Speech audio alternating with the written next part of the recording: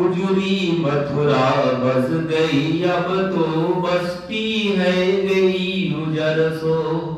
मथुरा बारी अपनी है गई, राधा है गई परसो।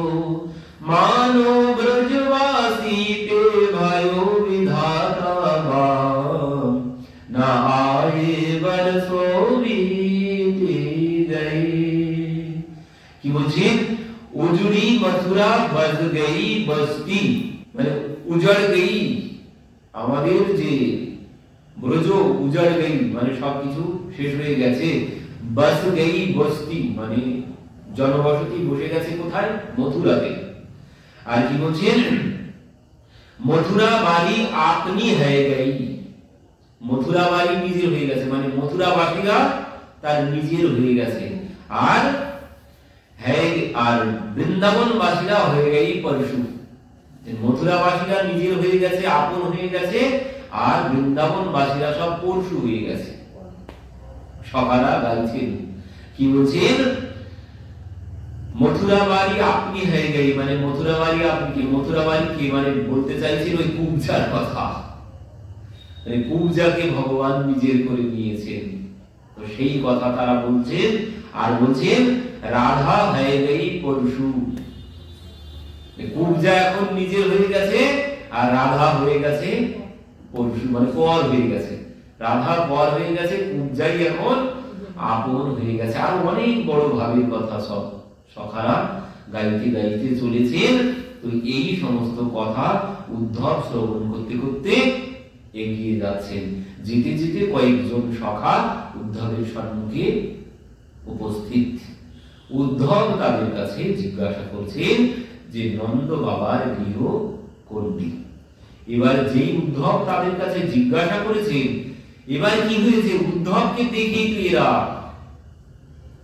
সব পাথর হয়ে গেছে, সখারা সব স্তব্ধ হয়ে গেছে উদ্ধবকে দর্শন করে।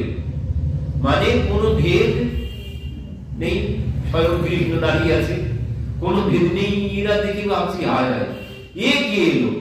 একদম সম্পূর্ণ কৃষ্ণের মতো দেখতে, কিন্তু এ তো কৃষ্ণ না। দেখতে কৃষ্ণের মতো, কিন্তু এ কৃষ্ণ না। চিনতে সঙ্গে সঙ্গে পেরেছেন, মানে আত্মার আত্মীয় আছে, আত্মার টান আছে।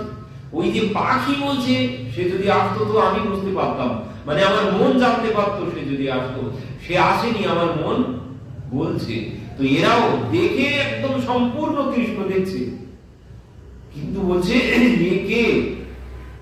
এ তো কৃষ্ণ না, কিন্তু দেখতে সম্পূর্ণ কৃষ্ণ। ময়ূর মুকুটটাও মাথায় আছে। ভেদ কোথা থেকে হলো? ভেদ হচ্ছে উদ্ধব আর ভগবানের মধ্যে ভেদ ওই এক জায়গাতেই আছে, মানে নয়নের দৃষ্টিভঙ্গিতে। ভগবানের দৃষ্টি আর উদ্ধবের দৃষ্টি সম্পূর্ণ আলাদা, আর সব কিছু একরকম, আর কোনো কিছুর কোনো ভেদ নেই, সম্পূর্ণ একই রকম, শুধুমাত্র নয়নেই ভেদ। গোপীরাও থতমত খেয়ে গিয়েছিল প্রথমে দেখে, ওই নয়ন দেখেই চিনতে পারলেন এ কৃষ্ণ না। কারণ যে নয়নে ত্রিভুবন ডুবে যায়, সে নয়ন তো এখানে নেই। উদ্ধবের নয়ন কেমন? উদ্ধবের নয়ন হচ্ছে গম্ভীর, মানে জ্ঞানীর, জ্ঞানীর দৃষ্টি গম্ভীর, জ্ঞানীর নয়ন গম্ভীর হয়। আর তিনি তো, তার নয়নে তো সব পাগল।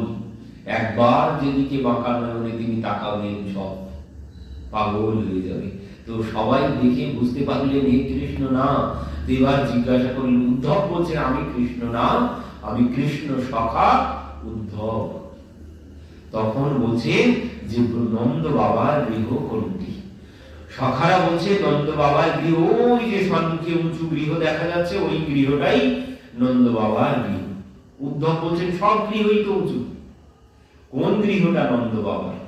তখন এক সখা বলছেন এই যে জলের ধারা বইছে, এই জলের ধারা বরাবর চলে যান, যেখানে শেষ হবে সেটাই নন্দ বাবার গৃহ। মানে জলের ধারা কারোর গৃহ থেকে সৃষ্টি হয় না, জলের ধারা তো পাহাড়ের ঝর্ণা থেকে সৃষ্টি হয়। জলের ধারা কোনদিন তো কারোর গৃহ থেকে সৃষ্টি হয় না। তো বলছেন আপনি একবার গিয়েই দেখুন, এই জলের ধারা নন্দ বাবার গৃহ থেকেই শুরু হয়েছে। এ কোনো ঝর্ণার জল না, এ নন্দ বাবা আর মা যশোদার চোখের জলের ধারা বইছে। উদ্ধব শ্রবণ করেই বলছে, কি শুনছি আমি? চোখের জলের ধারা কোনদিন এইভাবে বয়? উদ্ধবের সে ব্রহ্ম জ্ঞান গোপীদের সম্মুখে আর যেতে হলো না। ও সে সব কোথায় চলে গেছে, আর কিছু নেই উদ্ধবের মাথার মধ্যে। উদ্ধব আস্তে আস্তে প্রবেশ করেছেন গোকুলের ভিতরে, প্রবেশ করে গেছেন। গোকুলের ভিতরে যখন প্রবেশ করেছেন, কি দেখছেন? গোকুলের ভিতরে প্রবেশ করে দেখছেন গোপ আর গোপীরা সন্ধ্যাবেলা পূজা করছে গৃহে। সবাই যে যার গৃহে পূজা করছেন, শঙ্খ বাজাচ্ছেন, ধূপ ধুনা প্রদীপ জ্বালাচ্ছেন সবার গৃহে। তারা কি পূজা করছেন? বলছেন, অগ্নার কাতিথি গোবিপ্র পিতৃদেবার্চনান্বিতৈ ধূপ দীপশ্চৈ মল্লশ্চৈ গোপাবাসৈর্মনোরমম।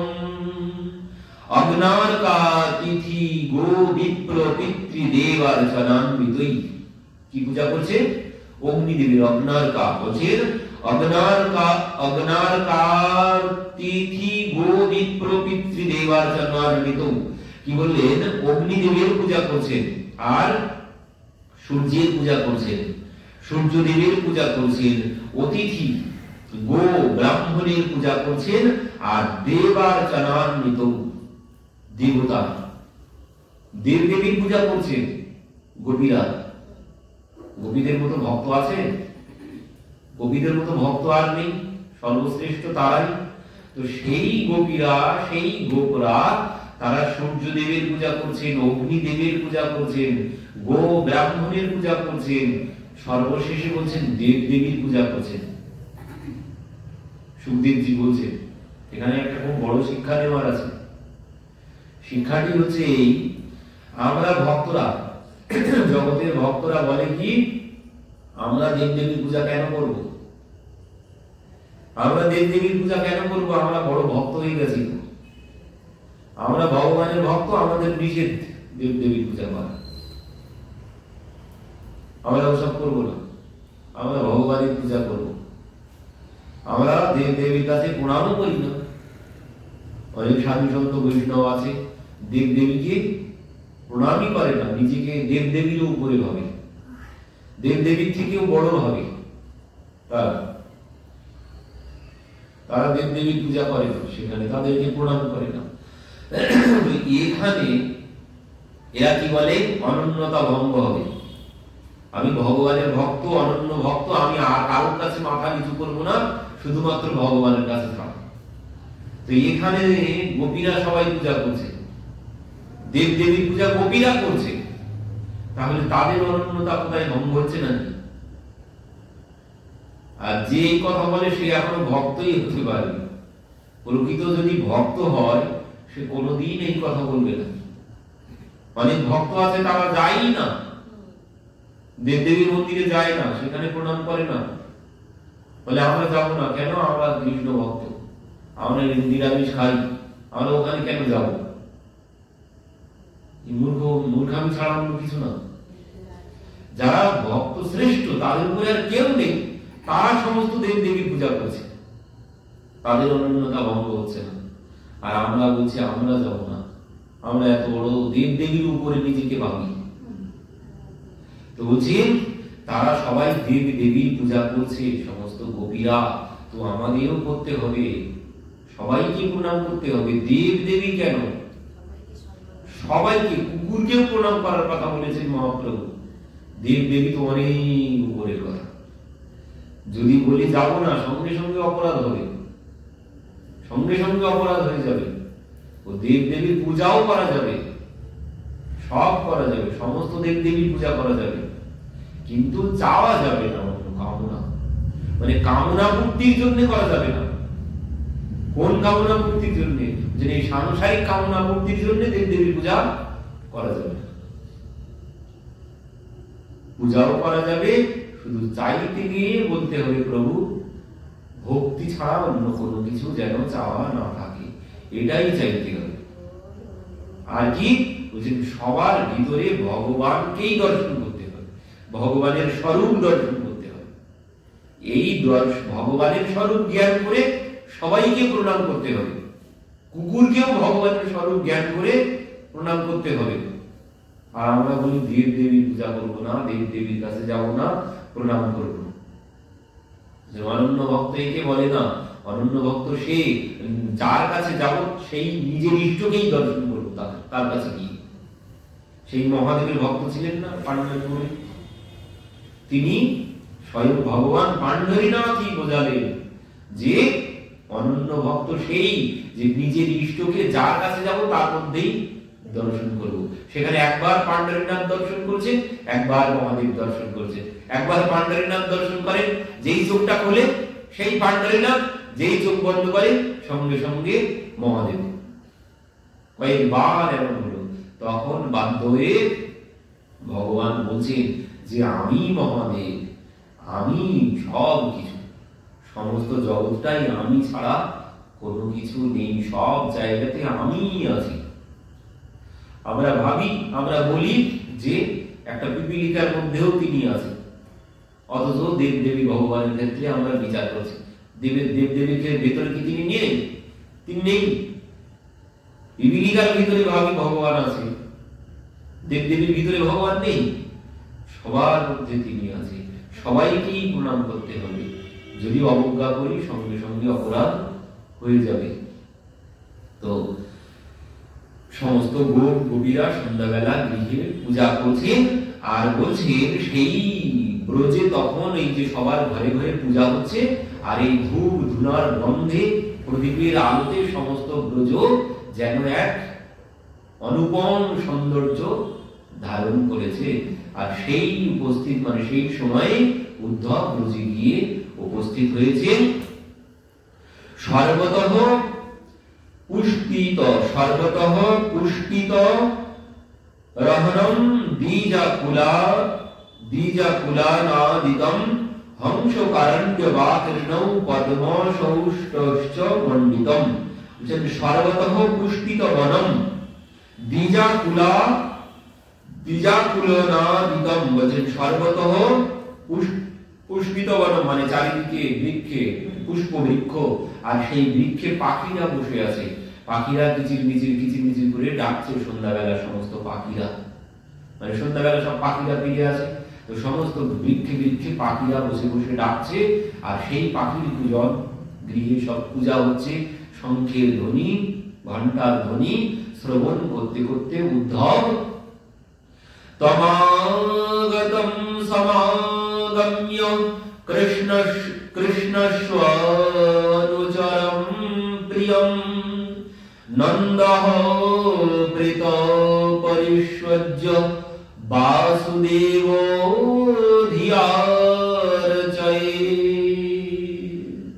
উদ্ধব নন্দ বাবার গৃহের সম্মুখে তন্তাগতঃ সমাগম্য এসে উপস্থিত হয়ে গেছেন উদ্ধব। এবার রথ থেকে নেমে নন্দ বাবার গৃহের সম্মুখে গিয়ে দাঁড়িয়ে বাবা বলে ডাক দিয়েছে। আর যেই বাবা বলে ডাক দিয়েছেন নন্দ বাবা এই ডাক শ্রবণ করে দৌড়িয়ে ভিতর থেকে বাইরে এসেছেন। আর বলছেন, বলতে বলতে আসছেন, লালা তু আয় গয়ো, লালা তু আয় গয়ো, লালা তু আয় গয়ো। বলতে বলতে নন্দ বাবা দৌড়িয়ে বাইরে এসেছেন। বাইরে এসে উদ্ধবকেই জড়িয়ে ধরেছেন। বলছেন নন্দঃ প্রীতঃ পরিষ্বজ্য বাসুদেব ধিয়ার্চয়। কৃষ্ণ ভেবেই উদ্ধবকে গিয়ে বুকে জড়িয়ে ধরেছেন। উদ্ধব বলছেন, বাবা আমি কৃষ্ণ সখা, উদ্ধব আমি কৃষ্ণ না। নন্দ বাবা বলছেন উদ্ধব। আর এমন সময় মা যশোদা ভিতর থেকে এসেছে। নন্দ বাবা আগে দৌড়িয়ে এসেছে, মাও ডাক শুনতে পেয়েছেন। মা আসেনি আগে, কেন আসেনি? মা পরে এসেছেন, মা আস্তে আস্তে এসেছেন। নন্দ বাবা জোরে জোরে দৌড়িয়ে এসেছেন। কেন? নন্দ বাবা ভেবেছেন কৃষ্ণ এসেছে, সেই জন্য নন্দ বাবা দৌড়িয়ে এসেছেন, কিন্তু মা আস্তে আস্তে ধীরে ধীরে এসেছেন। কেন? মা তো ভাবছেন কৃষ্ণ আসবে কোথার থেকে, কৃষ্ণকে তো আমি ঘুম পাড়িয়ে রেখে এলাম। মা তো কৃষ্ণকে ঘুম পাড়িয়ে রেখে এসেছে, এসে এবার দাঁড়িয়ে বলছেন আস্তে কথা বলো, আস্তে কথা বলো, লালার ঘুম ভেঙে যাবে, লালা ঘুমাচ্ছে, আস্তে কথা বলো। নন্দ বাবা বলছে উদ্ধব এ বাবরি হয়ে গেল, উদ্ধব এ বাবরি হয়ে গেল, তুমি কিছু মনে করো না, এ পাগল হয়ে গেছে, এর মাথা খারাপ হয়ে গেছে। তো আজ নন্দ বাবা উদ্ধবের হাত ধরে ভিতরে নিয়ে গেছেন, ভিতরে নিয়ে গিয়ে বলছেন উদ্ধবের বিশ্রামের ব্যবস্থা করেছেন, উদ্ধবের ভোজনের ব্যবস্থা করেছেন। ভোজনের ব্যবস্থা কি করেছেন? সুখদেবজি বলছেন ভোজিতম পরমান্নেন সম্মিষ্ট কৌশিক সুখম গত শ্রমম পর্যপৃচ্যত পাদ সংবহনবিহি।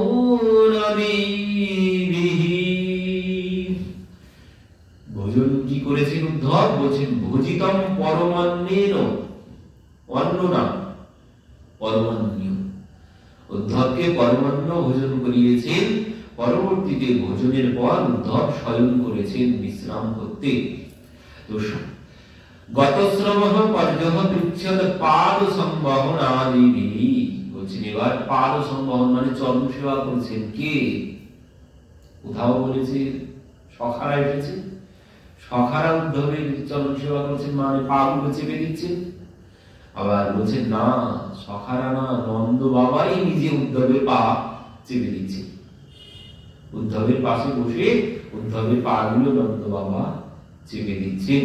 তো উদ্ধবের যখন কষ্ট লাঘব হয়েছে, মানে পথের শ্রম মানে পরিশ্রম, কষ্ট যখন চলে গেছে, তখন নন্দ বাবা বলছেন, এবার বলছেন কচিদঙ্গ মহাভাগ সখানো সুরনন্দন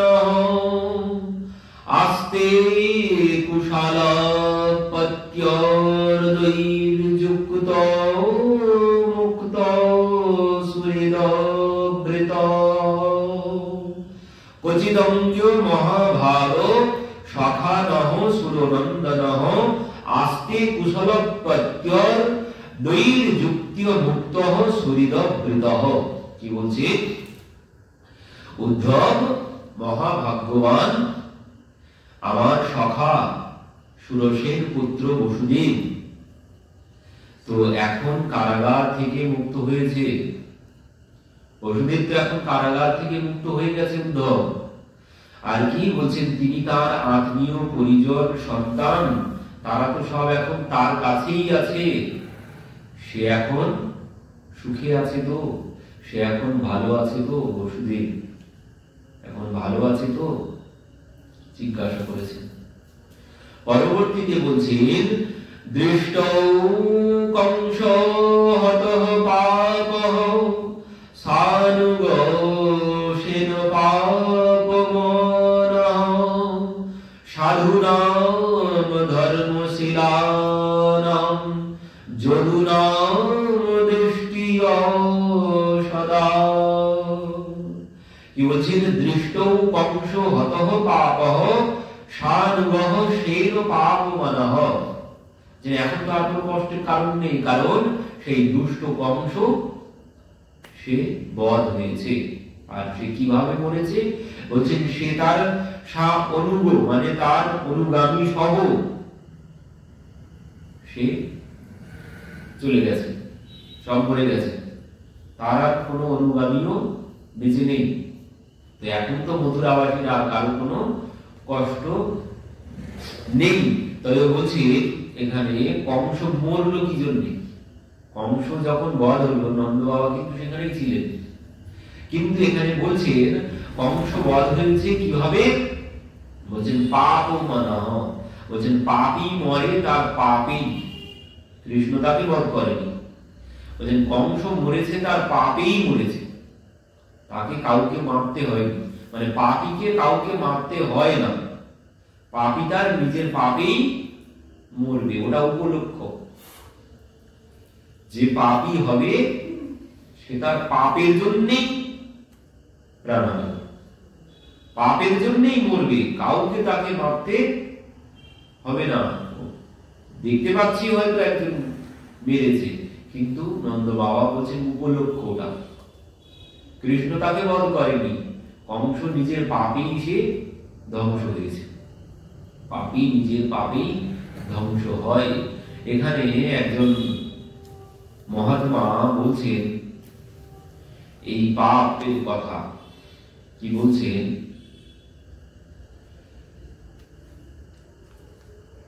সাধু সাতায়ে হানিত্রায়ে জাতি ধর্ম আর বংশ, টিলানিকে দেখিয়ে রাবণ কৌরব কংস। বলছেন এই পাপ, পাপ কোথায় সব থেকে বেশি হয়? বলছেন সাধু সন্তের চরণে, বৈষ্ণবের চরণে অপরাধ করলেই পাপটাই ওখান থেকে বেশি হয়।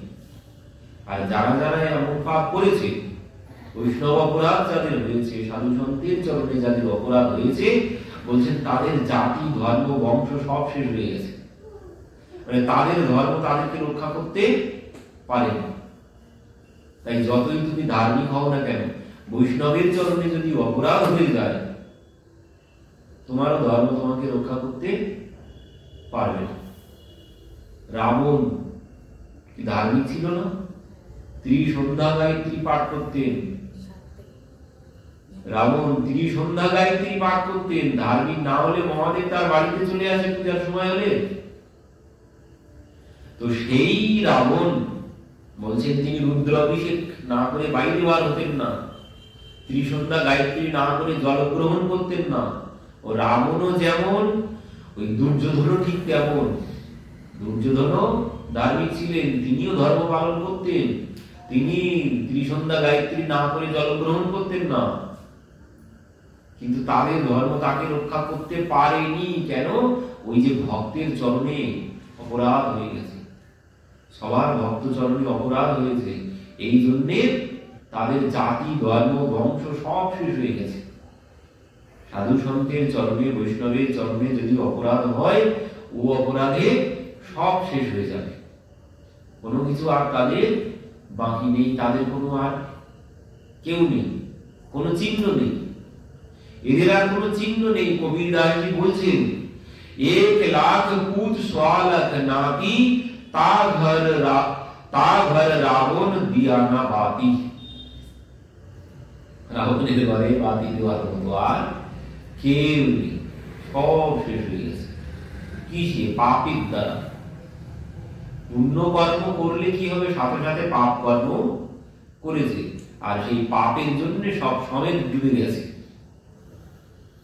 পাপের জন্যই কংস ধ্বংস হয়েছে, পাপের জন্যই দুর্যোধন ধ্বংস হয়েছে, পাপের জন্যই রাবণ ধ্বংস হয়েছে। বলছিল কাউকে তাকে কিছু করতে হবে না, পাপী নিজের পাপেই ধ্বংস হয়ে যায়, নন্দ বাবা বলছেন। তো এখানে বৈষ্ণব অপরাধের মতো কোনো অপরাধ আর নেই। যত দুঃখ কষ্ট ভোগ করছি সব অপরাধের জন্যই। জীবনে যত দুঃখ কষ্ট আসে কারণই একটাই, অপরাধ। কারণ অপরাধ ছাড়া অন্য কিচ্ছু না, সব কিছুর কারণ অপরাধ।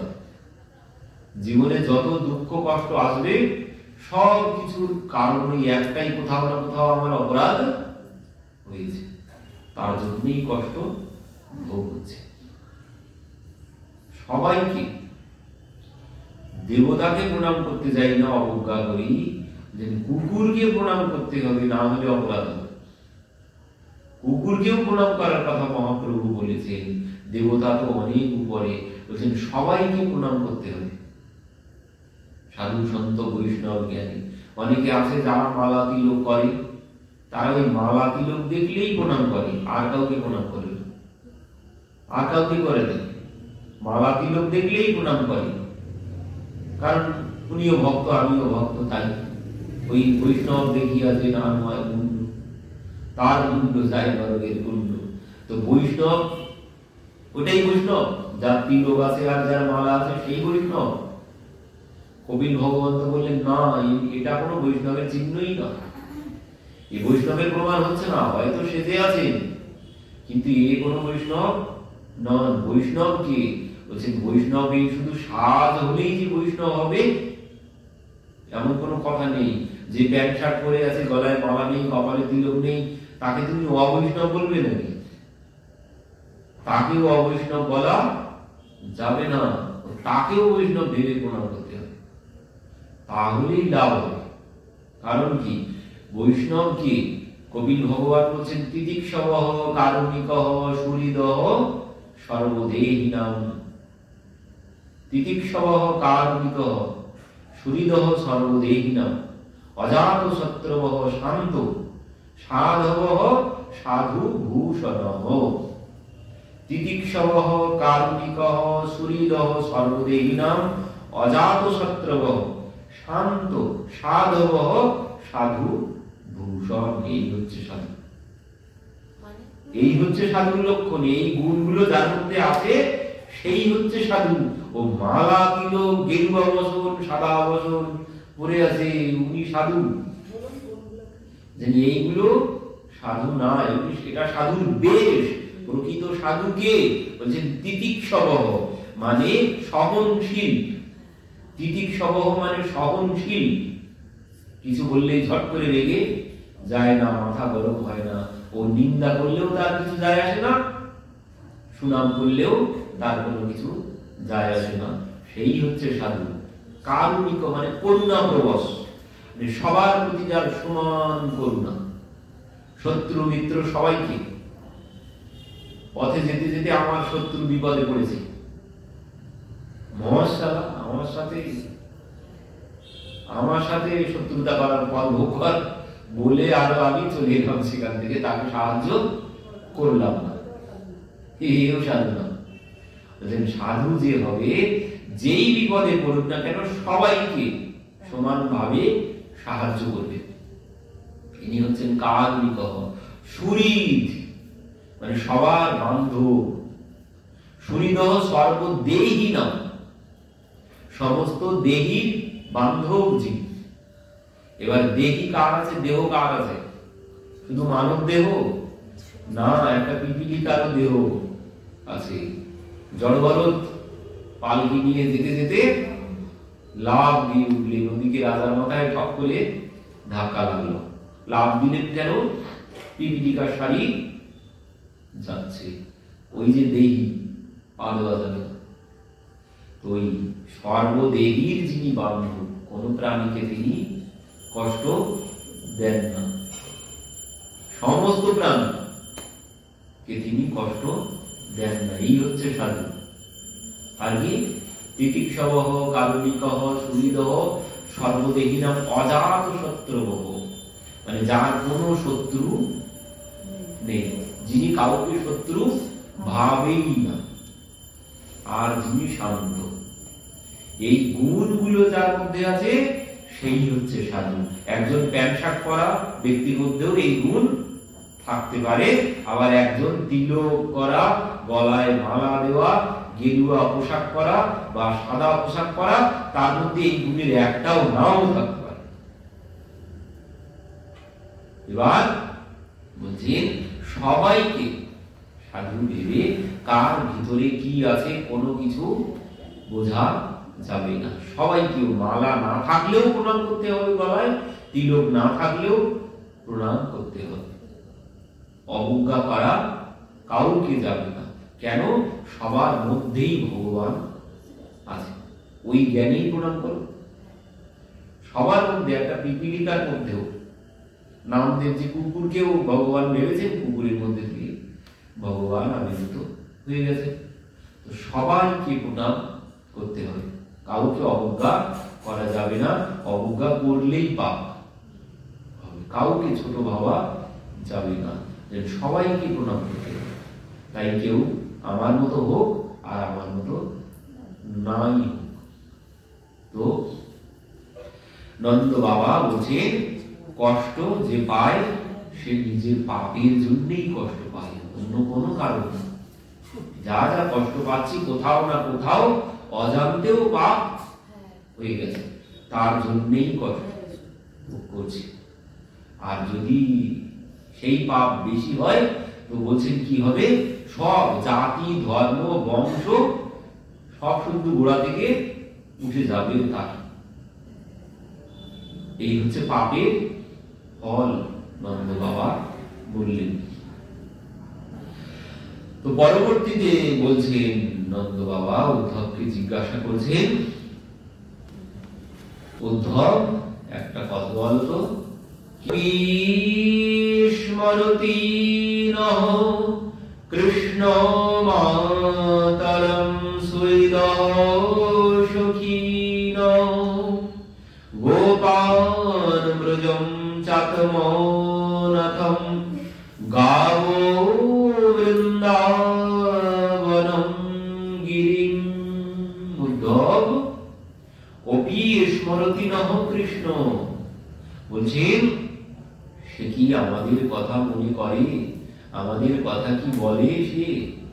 তারই মায়ের কথা তার কি মনে আছে? সখাদের কথা তার কি মনে আছে? গোপীদের কথা তার কি মনে আছে? সেই গোবর্ধন পর্বতের কথা তার কি মনে আছে? এই বৃন্দাবনের কথা তার কি মনে আছে? না সবাইকে সে ভুলে গেছে? উদ্ধব, তার কি মনে পড়ে আমাদের কথা? আর সে কি আমাদের কাছে আসবে আমাদেরকে দর্শন দিতে? সে কি আর কোনদিন আসবে না? কি বলছেন, ইয়াপ্যায়স্যতি গোবিন্দঃ স্বজনান সকৃদীক্ষিতম ত্বরহি দ্রক্ষ্বাম তদ্ভক্ত্যম সুরসম সুস্মিতে ক্ষণম। আপ্যায়স্যতি গোবিন্দঃ স্বজনান সকৃদীক্ষিতম, বলছেন সকৃদীক্ষিতম, বলছেন সে কি তার আত্মীয় স্বজন মানে সখাদেরকে গোপীদেরকে আমাদেরকে দর্শন দিতে সে কি আর কোনদিন আসবে না? উদ্ধব, তার সেই নয়ন, তার সেই হাসি, তার সেই আধো আধো মিষ্টি মধুর বাণী, সেসব আমার খুব মনে পড়ে উদ্ধব। আর সেই সব মনে করে আমি যেন কোথায় হারিয়ে যাই উদ্ধব। যদি একবার সে আমার কাছে আসতো উদ্ধব, তাহলে একবার শেষবারের মতো নয়ন ভরে তার সেই মুখপদ্ম দর্শন করে নিতাম। উদ্ধব, সে কি আর আসবে না? তার সেই মুখপদ্ম কি আর দর্শন করতে পারবো না? উদ্ধব, বলো না উদ্ধব, সে কি আসবে না? কি বলেছে উদ্ধব সে? নন্দ বাবা বলতে বলতে দু চোখে জল ঝরতে ঝরতে যে নন্দ বাবা আর কথা